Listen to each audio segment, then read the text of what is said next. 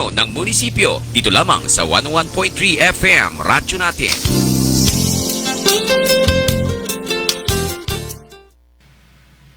So magandang umaga Udjongan, magandang umaga Romblon, at ngayon po ay nasa Lunes naman po tayo, November 9, 2020, at alam ko po na tayo ngayon naman po ay siguro po dapat na po tayong isang iba yung pag-iingat po ang ating gaganapin.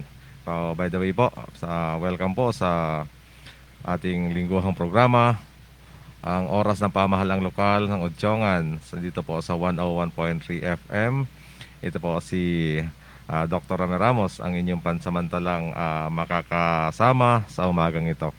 Okay po, no? Bigyan lang po namin kayo ng updates with regards sa mga pangyayari, no, sa ating bayan. Tayo po ay puso nagpapasalamat sapagkat noong nakaraang linggo dumaan po si Bagyong Rolly, pero hindi po tayo masyado napinsala ng bagyong yan.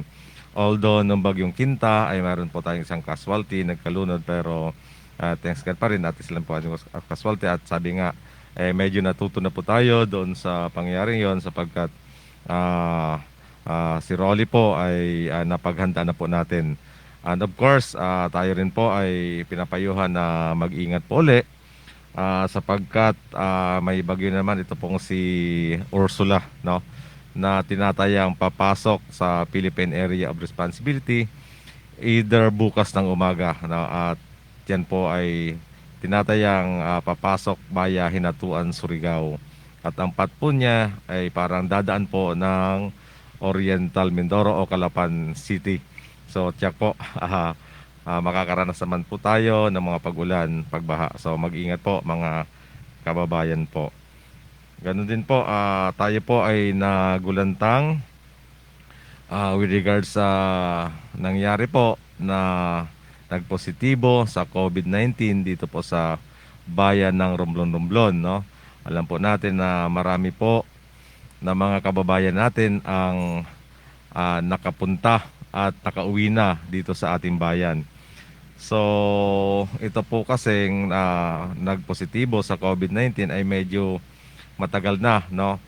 Na confined po siya sa Romblon District Hospital noon pang October 16, 2020. So, October 16, at nagkaroon lang po ng COVID test result na patunayan na po na siya po ay positive sa COVID noong November 6. Kaya alam po natin na medyo marami po na nakasalamuha na itong ating COVID-19 patient from Romblon.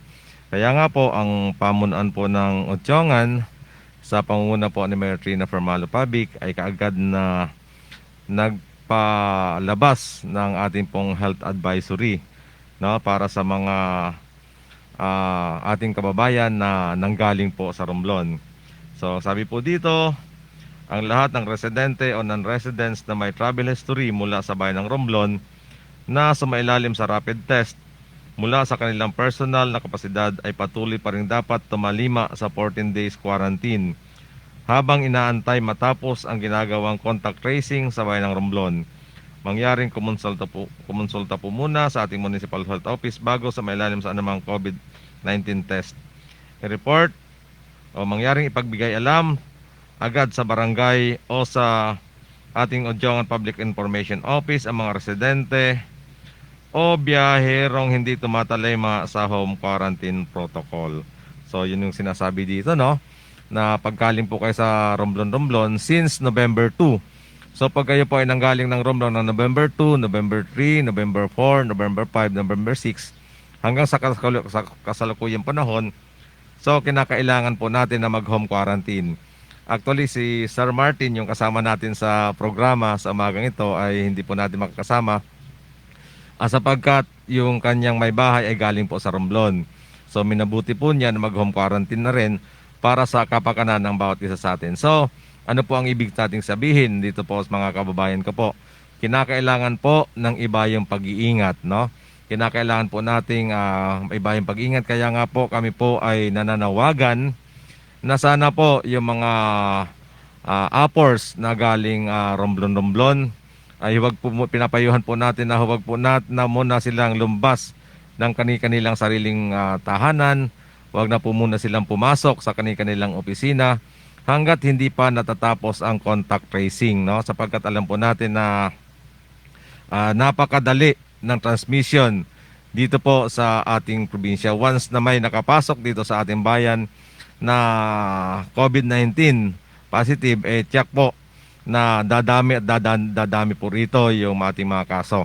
So sapagkat ito po kasi ay parang inaano natin na may local transmission na itong si COVID-19 sa bayan ng Romblon, no? Sapagkat medyo matagal na po yung yung nangyari, no, October 16. At ito pong si COVID patient October 16 ay wala po itong travel history na siya po ay galing sa labas ng Romblon. Bagkos siya po ay dito lang po talaga sa ating bayan, sa bayan ng Romblon. So pinaghinalaan na siya po talaga ay may local transmission. So kaya nga po yung pag-iingat, kaya po inihiling po natin na yung mga nagkaroon ng close contact doon sa ating pasyente na COVID-19 ay kasakulan rin po silang naka-isolate sa isang lugar, sa isolation facility sa Romblon. At sila po ay kinukuhanan na rin ng kanilang swab test at sana nga po ay walang magpositibo o walang masyadong magpositibo sa kanila, no? Sapagkat nakakabahala po itong mga pangyayaring ito. So ano po yung ibig nating sabihin dito sa ating mga kababayan? So sinasabi po natin sa ating mga kababayan na huwag po tayo na matakot, no? Basta sundin lang po natin yung ating proper protocols, no? Kung tayo po ay sa ating mga kababayan pinapalananan, kung tayo po ay may bisita na galing Romblon o alam po natin na siya po ay nanggaling Romblon, pinapayuhan po na sana po ay huwag na po muna tayong lumapit sa kanya. Let's maintain a proper social distancing. Kinakailangan po natin ng social distancing para sa kanila, no? Kinakailangan po natin na magsuot lagi ng face mask o magsuot ng ating face shield para maiwasan po natin yung pag-contaminate at iwasan na rin po natin at maghugas po tayo, lagi po tayong maghuhugas ng ating mga kamay or tayo po ay laging magbaon ng alcohol. Huwag po tayong maging kampante, mga kababayan, sapagkat napakatagal na po nating iningatan na makapasok ang COVID dito sa bayan ng Otjongan at patuloy po tayo nagtatagumpay niyan. So sana po by this time na nagkaroon na po tayo ng local transmission kasi ipaka 35th case na po siya ng COVID-19 dito sa probinsya ng Romblon. And we hope, we pray na sana po hindi po ito kumalat na sa iba't ibang bayan o makontain na po sa bayan ng Romblon sapagkat kawawa naman po yung ating mga kababayan, especially na palapit na po yung Pasko, no? Palapit na po ang Pasko at tiyak na marami sa ating mga kababayan ang naghahangad na makauwi at ganun po mabuhay yung ekonomiya dito sa probinsya ng Romblon, lalo na po dito sa bayan ng Otjongan. Pero alam po natin na pag nagkaroon ng local transmissions, tiyak po na maghihigpit na naman po ang ating pamahalang lokal at tiyak po maapektuhan na naman ang movements ng bawat tao na na-enjoy na po natin. Tiyak po maapektuhan ang bawat mga establishmento sa kanilang pagbubukas, no? Kaya nga po pinapayuhan talaga natin at tayo po ay nakikiusap sa mga nanggaling po sa Romblon na sana po ay magkaroon po sila ng self-quarantine. At tayo naman po ay natutuwa sapagkat marami po sa ating mga kababayan ang nagko-quarantine na actually sa yung mga isolation centers natin sa ibang barangay ay ready po para tumanggap po ng ating mga galing sa ating mga kababayan na galing po sa Romblon, no? Marami po yung ating mga kapitan. Kaya nga po, kung may alam po tayo na galing po sa kabisera ng Romblon at nandito po at hindi po na tumutupad sa home quarantine, paki-inform lang po ang inyong mga barangay captains o kaya dito po sa opisina ng ating mayor para at least ay mapalalahanan po natin sila na meron na po talagang transmission na nanggagaling dito po, maiwasan po natin ang transmission at posibleng pagkalat ng nakakamatay na COVID-19. Nakakabahala, no? Actually, talagang nakakabahala ito. Sabi ni Sir Geds Gadon, good morning sir, at maligayang pagsubaybay sa ating live sa 101.3 FM. So, ganun po sa iba nating kababayan. So, ano pa po yung gusto nating ipaabot sa ating mga kababayan, no? Since na sa ating pong ibang mga programa, kaya nga po yung ating baligyaan na dapat baligyaan sa Odjongan na dapat naka-schedule po kahapon ay hindi po natin muna tinuloy sapagkat inawas ba natin yung masyadong pagbugso ng pagdami ng mga tao. At marami din pong nagtatanong kung magkakaroon daw ba ng lockdown dito sa bayan ng Odjongan. As of now, wala pa pong nangyayaring lockdown, no, dito sa ating bayan. So ang pinapakiusap lang po natin ay talaga pong sumunod po tayo sa proper protocol upang maiwasan ang pagkalat ng sakit na ito. At isa pong panawagan sa atin, no? Panawagan na tayo po ay nagpapasalamat sa ating kaibigan na si Mr. Mags Maso.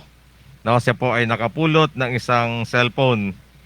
No, at sabi dito ni Bonbon, si Bonbon yata yung may-ari nito. Pakisauli ang CP, nakita ka na sa CCTV. So, yun, kay Bonbon. So, Bonbon, ang inyong cellphone ay nasa pag-iingat ng Odjongan, radyo natin Odjongan 101.3, at ito po ay napulot ni Sir Mags Maso sa bayan po. So, maraming salamat po. So, sa nakakakilala kay Bonbon, medyo hindi ko kasi mabuksan tong cellphone niya kasi may lock at naka-password. So yun, paki-inform lang po si Bonbon na nandito po sa radyo natin yung kanyang cellphone. I think this is Vivo. Vivo cellphone. So maraming salamat Sir Mags Maso. Okay po, sa ating pagpapatuloy po, no? Yun, mga paalala po mula sa ating bayan na especially doon sa especially po sa ating mga kababayan, no, na ngayon po ay in effect pa rin po ang ating in effect po yung ating curfew, no. Tayo po ay medyo mahigpit dyan sa curfew na yan sapagkat kinakailangan po natin yung iba yung pag-iingat, no, lalo na ngayon panahon. So ganoon din po yung mga iba-ibang bagay, no, na marami po tayong ordinansa na ipinapatupad ngayon with regards sa COVID-19. Actually, yung pag-wear ng face mask, may penalidad din po yan. Yung pagsusuot, yung hindi pag-maintain ng social distancing, may penalidad po yan. No? So, ibig po nating sabihin ay talaga pong naghihigpit po tayo upang huwag pong kumalat yung virus dito sa bayan ng Odjongan. So, yun, no. So, ganun po, para sa ating mga iba pang local ordinances, yung ating pong mga aso. At tayo po ay natutuwa sa pag-ibutulungan ng ating provincial government sapagkat sa itong ating provincial government, marami na rin po ang natatanggap na reklamo ng ating munisipyo with regards sa mga asong gala o mga stray dogs. Ngayon po, sa Romblon Provincial Government sa pamagitan ng Veterinary Office, para sa ating mga kain, ipicturean lang po ninyo yung inyong nakikitang aso o asong gala na pwedeng makadisgrasya sa inyo o sa ating mga motorista sapagkat napakaraming motorista yung napupirwesyo kung hindi nadidisgrasya sa daan, nakakagat pa ng aso.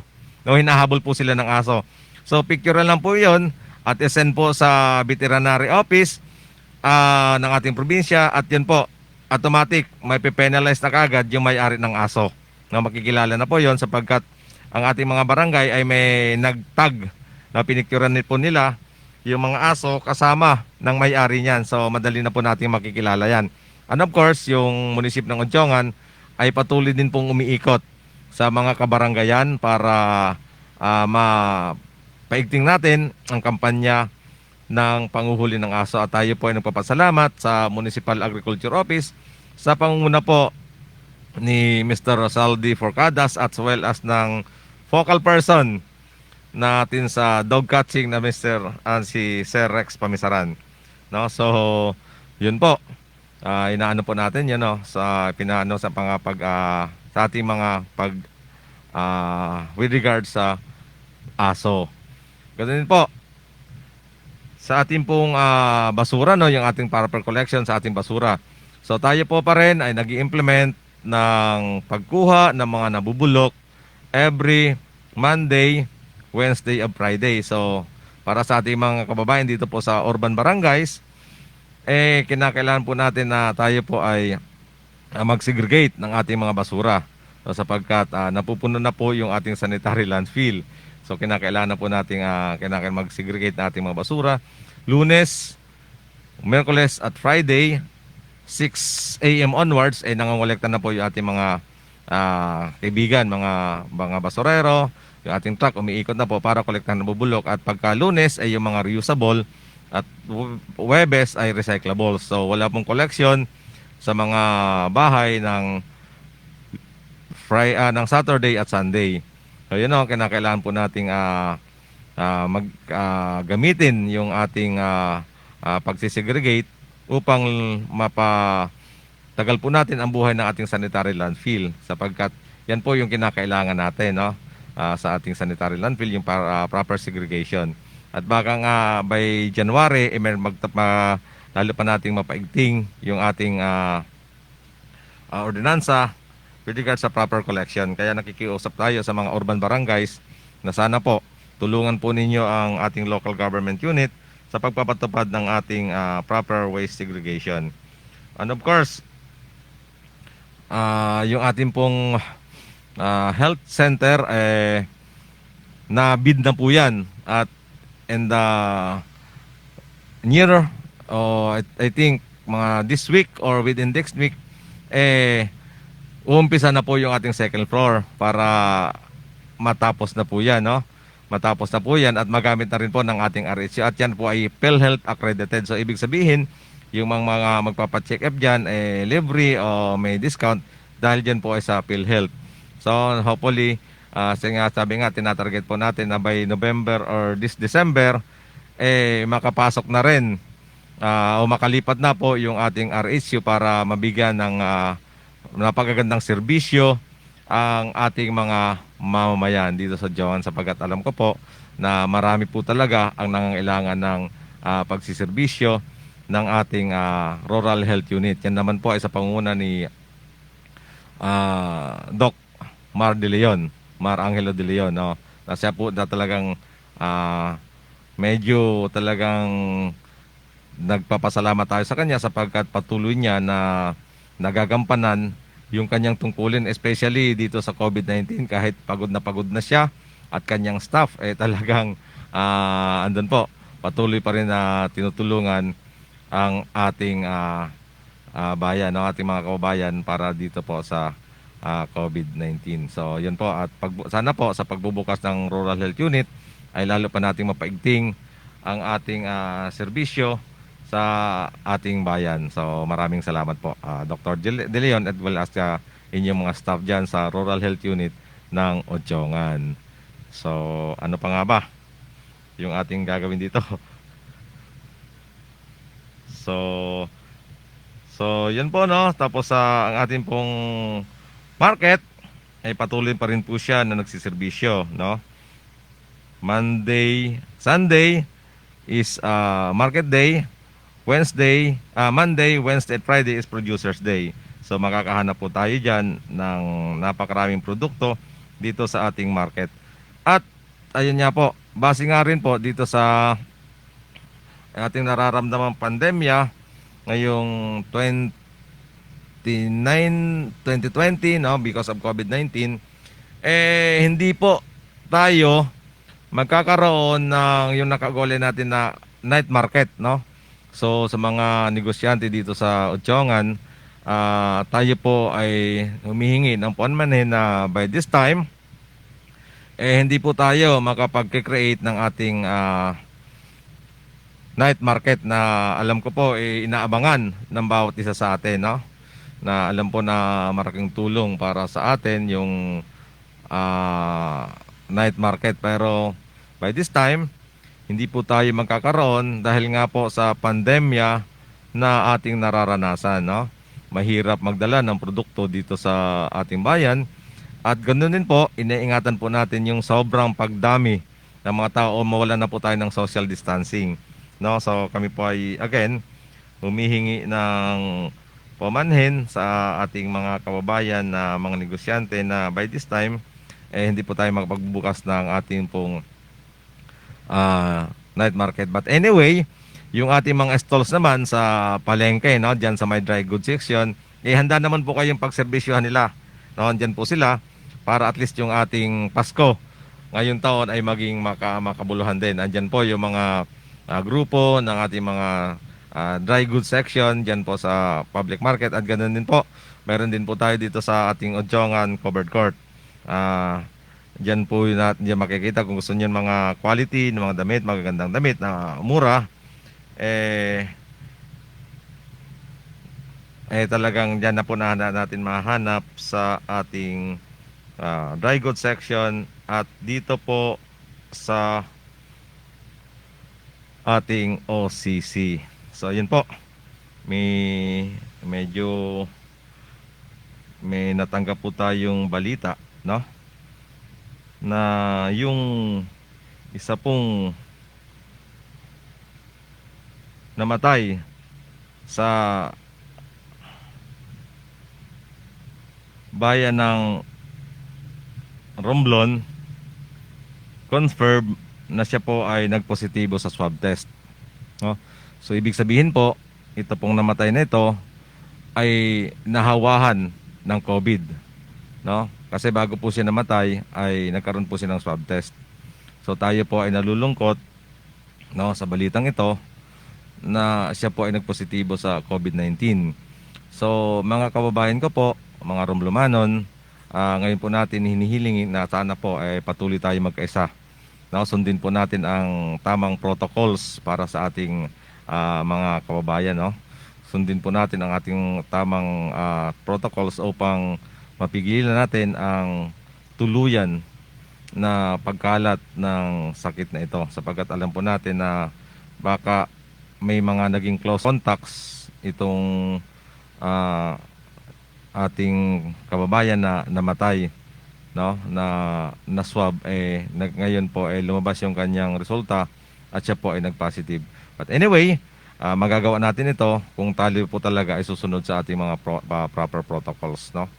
Asahan po natin yung iba yung pag-iingat at ang pamahalaang lokal ng Otjongan sa pangunguna po ni Mayor Trina Permalo Pabic, ni Vice Mayor Devin Dimala, mga sangguniang bayan, ng ating kapulisan sa pangunguna ni Captain Fernandez ay handa pong tumulong sa atin, as well as sa ating Bureau of Fire Protection. Lahat po yan handang magbibigay ng tulong sa atin. So kung tayo po ay nakakaramdam ng doon po sa mga galing Romblon, kung nakaramdam po tayo ng simptomas na tayo po ay inuubo, tayo po ay may lagnat, ay pagbagay alam na po natin kaagad ito sa ating mga barangay health workers o ating mga barangay health emergency response teams, yung ating BHERT, o kaya tumawag o makipag-ugnayan sa MHO para sa proper protocols na gagawin po dito sa ating mga pasyente, no?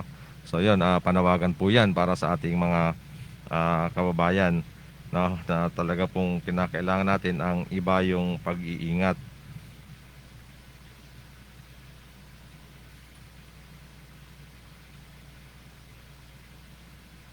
At alam po natin na ang ating governor, si Governor Jose Otecriano, ay nagpalabas na rin po ng advisory with regards sa mga protocols na dapat gawin ng isang apor kung siya po ay nanggaling sa probinsya ng Romblon at sa bayan ng Romblon, at ganoon din po sa ah,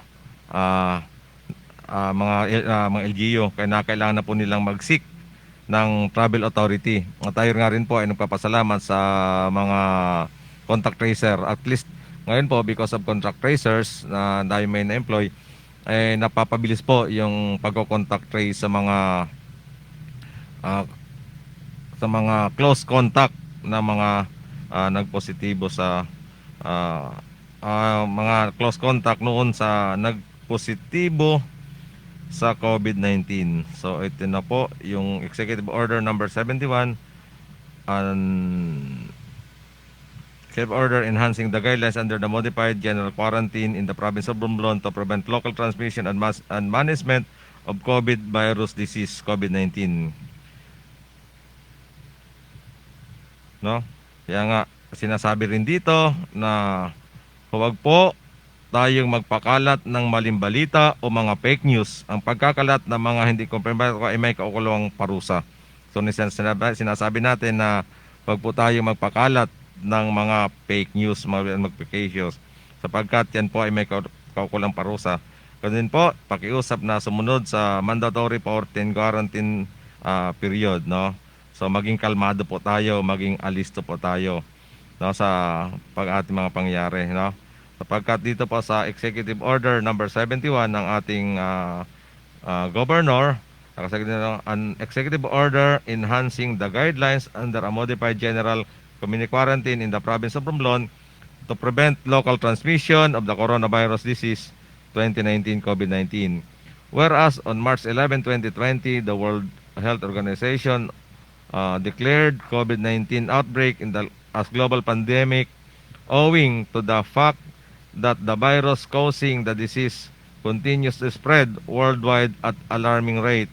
Whereas on May 27, 2020, the ATF-MADE in a resolution number 40 placed the Romblon province under the modified general community quarantine starting June 1, 2020.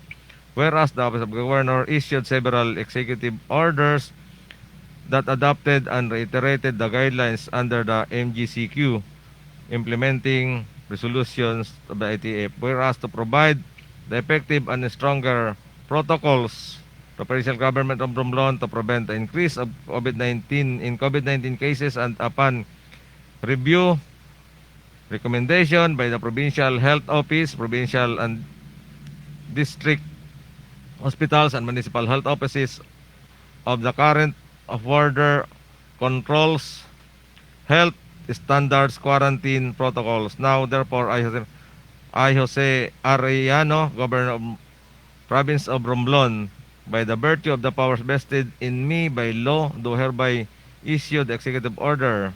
Section 1. Directives to municipal and barangay governments.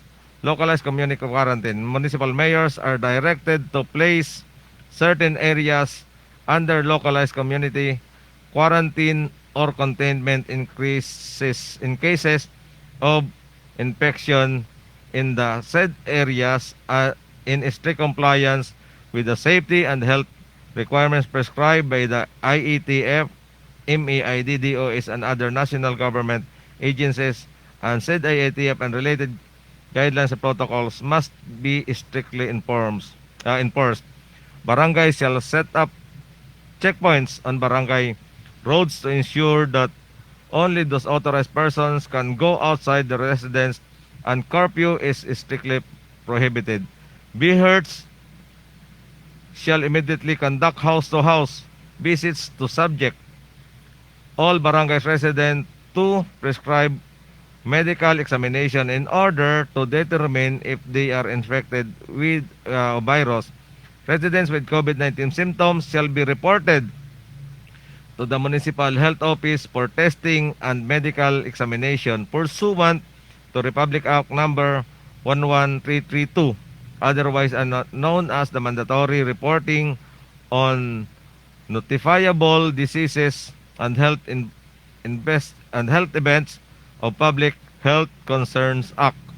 The provincial PNP shall set up and conduct checkpoints on national and provincial roads to determine if persons are authorized to go out under residence and to determine if residents are compliant with ITF, NTF, PITF directive and executive orders on COVID-19 as provided under IATF, MIED Resolution number 79 and Executive Order number 69 series of 2020, additional resolvent regulations as may be imposed by the LGU concerned for interzonal and intrazonal movements, if any, should be submitted to the Office of the Governor and DILG.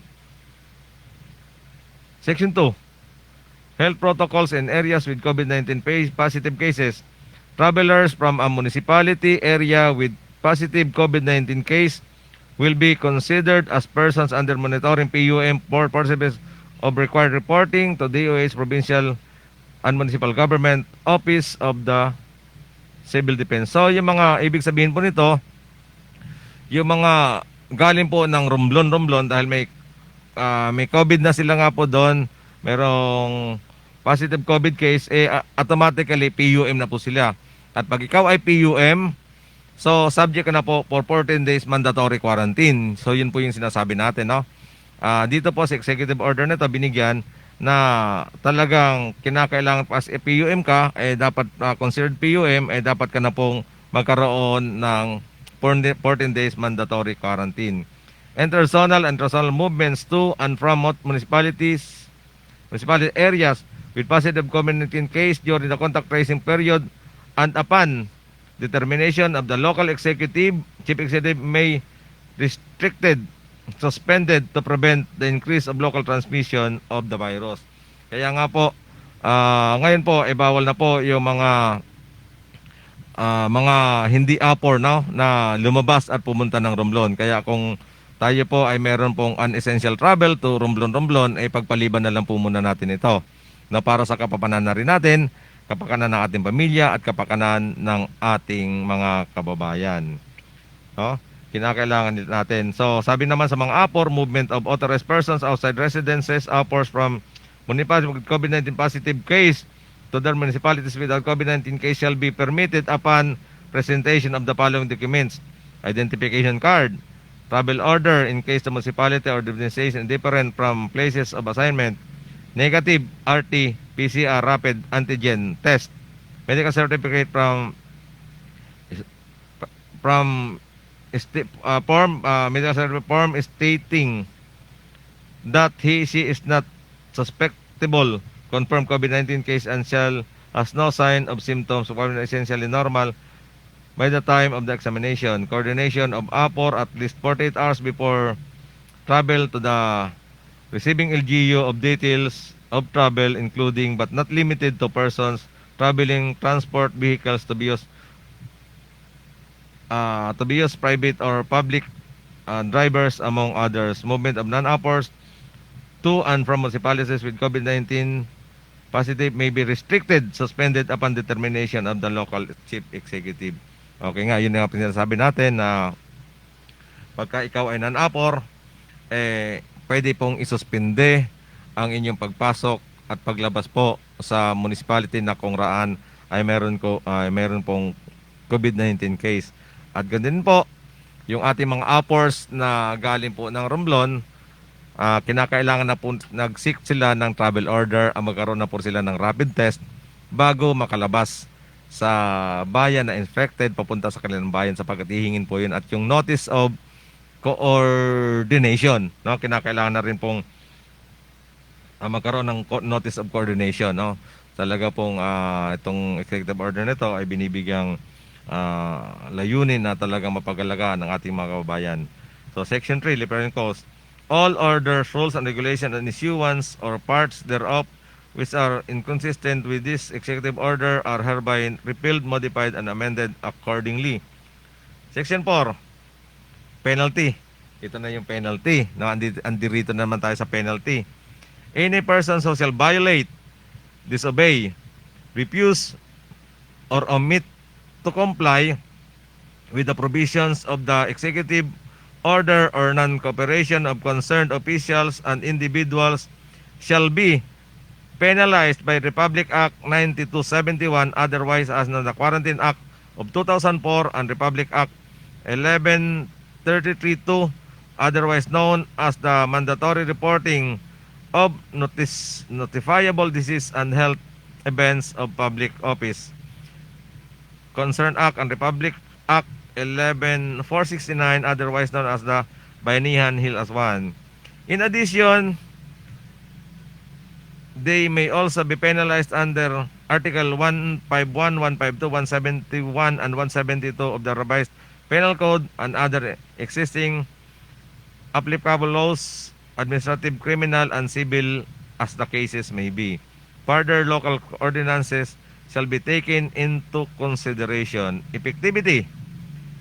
This executive order shall take effect immediately and shall remain in full force and effect useless sooner revoked, repealed, or modified by the subsequent order, law, or circular issued this 6th day of November in Romblon. Signed, Jose Arellano, Governor.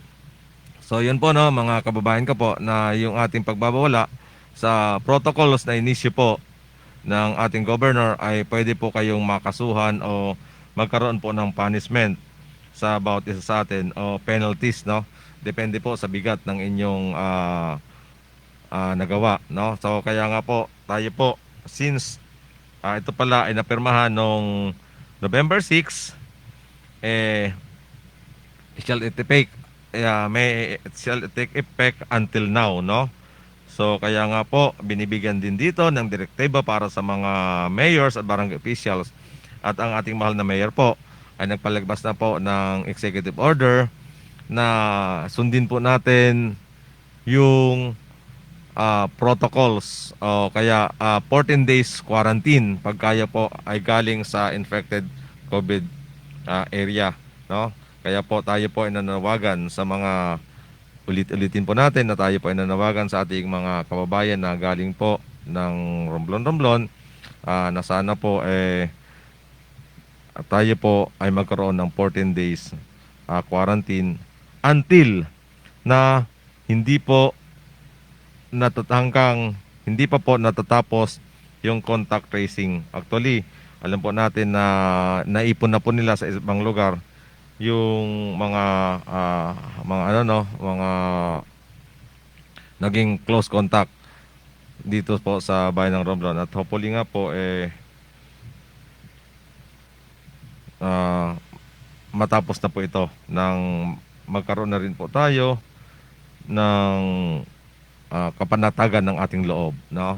Pero sa kabila po niyan, kinakailangan po nating maging alerto, mga kababayan, yung sinasabi natin. Yung proper protocols ay kinakailangan po natin gawin upang mapanatili na tayo ay maging healthy at COVID-free ang bayan ng Odjongan, no? So ano pa? So tayo, ito rin po yung mga taga-Budyong po. Ito yung papunta sa Green Hills. Sila po ay tos puso nagpapasalamat kay Mayor Trina Formalo Pabic, no? Sapagkat nung pumasyal po sa Budyong si Mayor Trina, nakita niya na medyo madulas yung daan paakyat sa Green Hills, no? Yung nasimento doon, medyo makyat yun dahil sa mga yumot o lumot.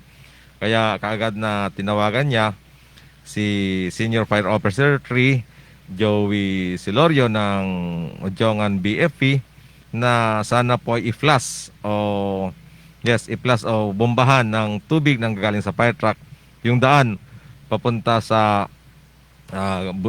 Green Hills dito po sa may barangay Budyong.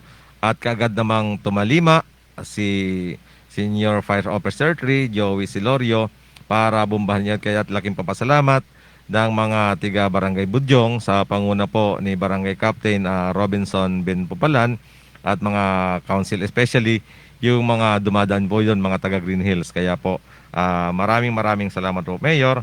At ngayon po ay maiwasan na rin po yung disgrasya doon. At ganoon din po yung ginawa natin sa Barangay Libertad, no? Sa kipagtulungan din ng ating pong Mayor, apektulangan sa panawagan o pakiusap ni Barangay Captain Chod Peronel, na nagsagawa rin po tayo ng agarang paglilinis doon o pagbomba ng mga lumot papunta naman sa Libertad Public Cemetery at doon po sa Libertad National High, no? Kaya nga po malaking tulong yung nagawa natin doon sapagkat nais o nabawasan po yung lumot na no na ating pong natipon hagto po sa Ryan papagto po sa sementeryo sa Libertad. At siyempre po, talagang maramo po kag mga odyongano na maingat maadong kabuutan o kalooban, no, mga odyongano na may mabuting kalooban sapagkat kung ingasin ra it nakikita ay inguuli ninra, no, maramong kasoy po kina talagang mga odyongano naksubok, no, talagang sinosoli nila kung ano man yung kanilang napulot. At recently nga ang inyong lingkod po ay taos puso nagpapasalamat kay Manong Enteng Vicente Formento, taga-bubuan ng membro at Dapo Matoda, sapagkat inga po it na bilin sa EDA tricycle nagpam-BP, automatic nagpam-BP agad po ay nosoli ra po sa may-ari. Kada kudos po kay mamang driver na si Tatay Enteng Formento, no. Ayan po nato marama pa at man ngani ingkaray po it nagsaoli ito sang Vivo cellphone, no. Nabuirat may-ari, nakuha na rin ng may-ari yon. So yun, no, talagang maramo taos puso po kitang papasalamat. Actually meron nga pong sa isang instance dyan may nakahulog nung kanyang wallet dyan sa may commercial district dyan po sa Jongan. So tayo rin po ay nagpapasalamat sa nakapulot at naibalik rin po natin sa may-ari yun. About 40,000 to 50,000 yung money doon, no? Kaya ang napakalaking halaga, pero po dahil nga sa kagandahang loob ng mga odyonganon ay talagang inguli ka to ninra. At ingara po kita ito sa pang napabalita, nagpagtura po sa opisina, nagpasalamat sapagkat Tagal Oksida, nag-ingara po nagsaoli itong ida natikrag na almost 30,000 pesos ag ing saoli ko na ito sang single driver naktaga nahaw, no. So kudos po sa Inro kabuutang loob tana po. Pag ingka po kita at mga napupulot na mga items i-report yan po nato sa pulisya. Actually si Ujongan Police maramo ra pong na nagbabalik sa Inra it mga gamit, mga bag, kwarta natikrag at nababalik po sa mga may-ari. So maraming salamat po sa tanang kabuutan na ing paparaya po o imbabalik po it ato mga kababayan, no, sa ato po dito sa ating bayan. So tiar po ina po nasusukat na talagang kagkabuutan it odyonganon ay hindi matawaran, no. Kadagani po patuloy na tinatangkili kita it ato mga bisita, no, para at least ay kasi sa magandang pagpaingasin na nakita ay talagang una pulot ay ingulin ra. At ganun po, panawagan pa rin po para sa ating mga kababayan na dahil nga sin po ay Pasko, ag mayong utikag papaskwahon, maramo po kang nagpapangloko through text or call sa inyong cellphone, no. So pag kita po ay nakatanggap tawag o text sa buko nato kilaya ang nagahagar sa Isinra kapalit na kwarta ay asahan po nato na kinaay scam po na pwede pong ikapahamak nato. No, ngasing po naglipa na rin kina mga panluloko sa cellphone na kunyari ay nagraog ka sa tiyarkaling parapol agyara kag iba agagaran ka po kwarta mapareha sa LBC, mapareha sa Palawan o kaya maparehas cell cards, panluloko po yan mga kababayan ko po, no. Maramo po nangyayari kina silin po ato hepe sa ato flag racing ceremony kuman tong aga, no. Karamo po na pangyayari ag hopefully ay pagingka po gani ko na baton na mga char na bagay ay i-report po nato nakraan sa opisina ito Tiongan Municipal Police Station, no? I-report po nato sa Tiongan Municipal Police Station kinang mga bagay na kina para matauan it kaukulang aksyon it ato gobyerno, no? So mo po kato ka mga mahalagang bagay na mahalagang bagay na maipabot po Banwat Tiongan para sa ato mga kabayan para kita ay maging alert sapagkat abang hirap gani kag kwartang asing dahil sa pandemic ay maluloko pa kita i-share kinang mga tao no mga isisilinganin nato kinanak mga mapagsamantalang tao. So napakahirap po no. At kita ra po ay nagpapasalamat sa ato po Municipal Nutrition Office no sa paggawa it mga pabasa sa mga barangay. Actually po, nagbubulik po sila sa mga kananayan through pabasa no para mabuligan po tong ato mga nanay kada congratulations sa mga nanay na nag-graduate sa iba't ibang barangay through the Municipal Nutrition Action Office sa pangunguna ni Nigel David, no? So, yun po. Maraming salamat po sa Enro. Sapagkat sa Enro, mauhugor na inghuman para sa munisipyo de Tiongan. At kung din po, tinatawagan po namin ang lahat ng mga empleyado ng munisipyo sa araw po ng bukas at sa lahat po ng mga NGOs na gustong tumulong po para panatilihin pong malinis at maganda ang environment ng Tiongan. Tayo po ay magkakaroon ng municipal coastal cleanup drive dito po sa may Formalo Boulevard sa Baybay. No, sapagkat alam po naman natin na nung bagyong Kinta ay abang ramo naking rayang kalat kag baha no abang ramo ing kalat hina sa baybayin ng Formalo Boulevard hali po sa Barangay Tabindagat going to Barangay Ligaya. At tayo rin po ay nagpapasalamat sa mga SK sa mga SKs sa panguna ni SK Chairman Kyle Layap, mga fraternities at kay dating Governor Congressman Eduardo Lolong Formalo na siya pong focal personality natin ngayon sa Agriculture and Environment, kay Mayor Trina Formalo Pabi, kay Vice Mayor at sa lahat po ng nakalihok sapagkat last week po nagkaroon po sila ng coastal cleanup. Ngayon po dahil nga po sa sobrang dami ng mga nagkalat patuloy po tayo magsasagawa ng coastal cleanup at bukas po sa ganap na 2:00 ng hapon sama-sama na naman po tayo para mapaganda, mapalinis ang ating baybayin upang lalo pang maging Siningana ay maging usa sa mga tourist attraction nali sa munisipyo de Tiongan. So imo po kinano mga pabalita nato. So meron pa ba? Siguro marami pa pero anyway 11:00 ra so kita po ito puso nagpapasalamat sa radyo natin no. Kay Bert sana hindi kaligsawa sa pag-accommodate sa radyo natin sa Tiongan LGU. So thank you very much and hopefully pray nako na maging safe kag bawat usang Tionganon sa kabila ng naranasan nato no problema sa mga oras sa kali. Magrasayan po kita kayon po nako na kita ay matagumpay. Maraming salamat Tiongan. Maraming salamat po sa inyong lahat. Our town, our radio.